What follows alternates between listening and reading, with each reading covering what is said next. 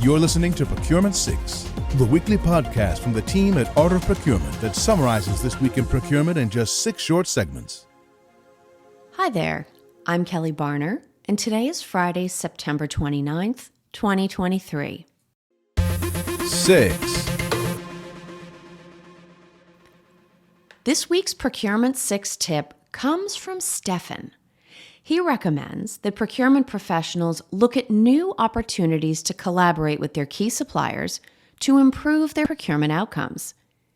He also shares that negotiation is in the top 3 most important procurement competencies according to CPOs. Oh, and did I mention that Stefan is an AI-powered sales negotiation avatar, part of the team at Lavenir AI? That's the only platform where procurement professionals can improve their negotiation skills 24/7 by practicing against lifelike avatars like Stefan and using conversational AI. If you would like to meet Stefan face-to-face, you can visit him at the Lavenir AI booth at DPW in Amsterdam on November 11th and 12th. 5. I was in services procurement before it was cool. If I'm honest though, I'm pretty sure I was put on the managed services team in my first procurement role because I didn't know enough to ask to be reassigned. And I loved every minute of it.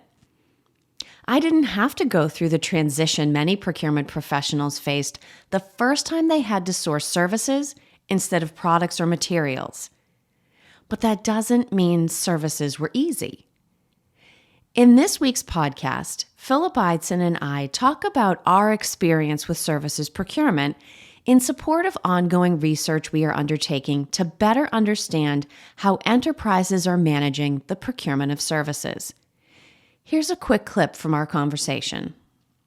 Oftentimes, I've found the stakeholders, they kind of know we want somebody to deliver something, but we don't necessarily know how to frame that up. So there's a lot of kind of consultative help, I think, that in my experience went into what procurement did in helping folks buy services. No, I think there is too. And of course, being procurement, we're at the same time thinking sort of 3 steps down the road because we're trying to anticipate, okay, which of these things is going to drive cost? Yeah. So that we understand, okay, everybody needs to understand this is something that's going to drive the cost up. Is it worth it? Do we need to break it out a little bit more just so that we're getting the information back that we need to make a good decision and understand how the contract that's put in place is going to impact the business? Mm-hmm. And talking about cost, that kind of goes into the next couple of questions a little bit. We have a question that we'd like to really understand around how do we determine which services are strategic and which are non-strategic? So how are we segmenting? That's easy, services? Phil. Mine. Yeah. For every buyer or a budget holder, my services are the strategic ones. Everybody else's, those are nice to have or tactical. Even if it only costs $500. It doesn't matter. If they're mine, they're strategic. Yeah. So we'd love to understand, from a listener perspective, how do you determine what's strategic or not? Is it related to spend? A lot of times with procurement, that rightly or wrongly is the answer, is it depends on how much money it costs. Is it based on, does it tie into corporate initiatives or not? Or is it touching end customers? Is it just a category that's an important category to us? Or is it based, and this is sometimes for outsourcing, based on how many people are delivering services? You've got call centers that are delivering, or you're doing some kind of industry-specific back office processing, like I think of mortgage processing, for example, mortgage outsourcing, that it's important because you've just got thousands of people doing the work. So, how are you thinking about what's strategic and what's non-strategic? And it'll be interesting to see how that kind of pans out in terms of how the community at large is thinking about that. To listen to the full episode, go to artofprocurement.com/podcast or search for Art of Procurement and subscribe wherever you listen to podcast audio. To participate in the survey, go to artofprocurement.com/survey or click the link in the show notes. And if you participate before October 6th, you'll be included for distribution in an early bird copy of the results. 4.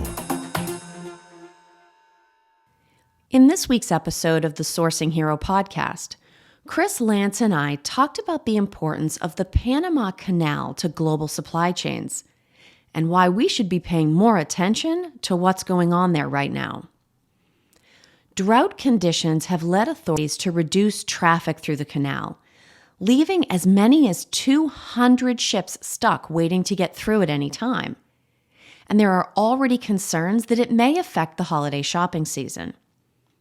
If that's not bad enough, geopolitical risk associated with the safety and ownership of the canal is probably at an 8 out of 10 right now, thanks to recent activity in the area from China and Iran. To hear our conversation and explore other episodes of the show, you can use the link in today's show notes or find The Sourcing Hero wherever you listen to podcasts. This is Procurement 6 from Art of Procurement. To get notified every time an episode is published, go to artofprocurement.com/subscribe. 3. In this week's episode of Dial P, I forced myself to dig into the antitrust trial going on against Google right now in Washington, D.C. And am I glad I did. Not since Microsoft went on trial in 1994 has there been such a major antitrust trial with such widespread implications. And never before has U.S. antitrust law been so tested. While it is not illegal to have a monopoly, it is illegal to stifle competition in order to keep one.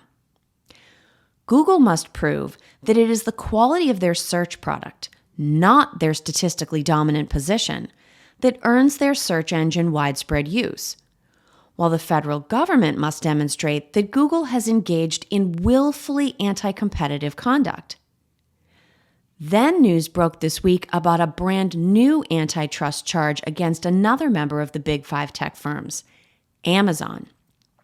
If you're wondering how all this relates to procurement, listen to this week's episode of Dial P. I applied Michael Porter's 5 forces analysis to figure out what's going on and why it is a problem for competition. Check out the full episode and accompanying long-form article on the Art of Procurement website, and subscribe to the Dial P for Procurement podcast on all major audio platforms. 2.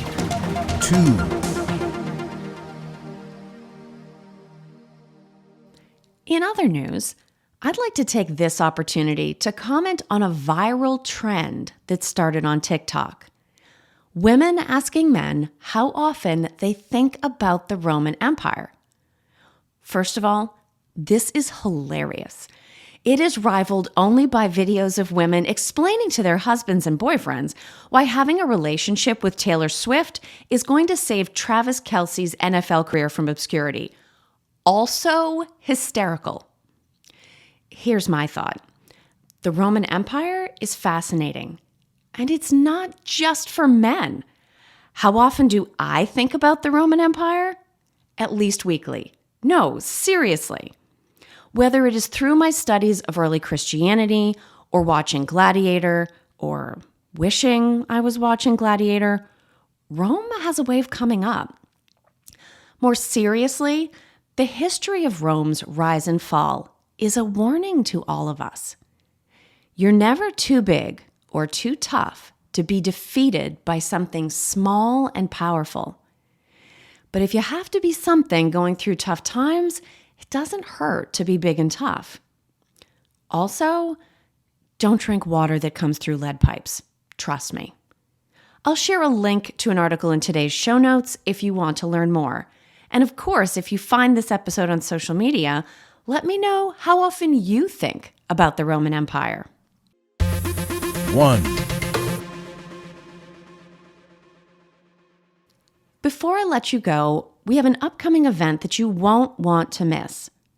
On Tuesday, October 3rd, we'll be joined by Daniel Dorr and Gladys Drelling from Supplier.io to talk about the recently released 6th State of Supplier Diversity Report. Among other things, we're going to get bold and talk about just how much the current political and economic climate is impacting procurement's ability to increase the diversity of their supply base. I hope you'll join us and become part of the conversation.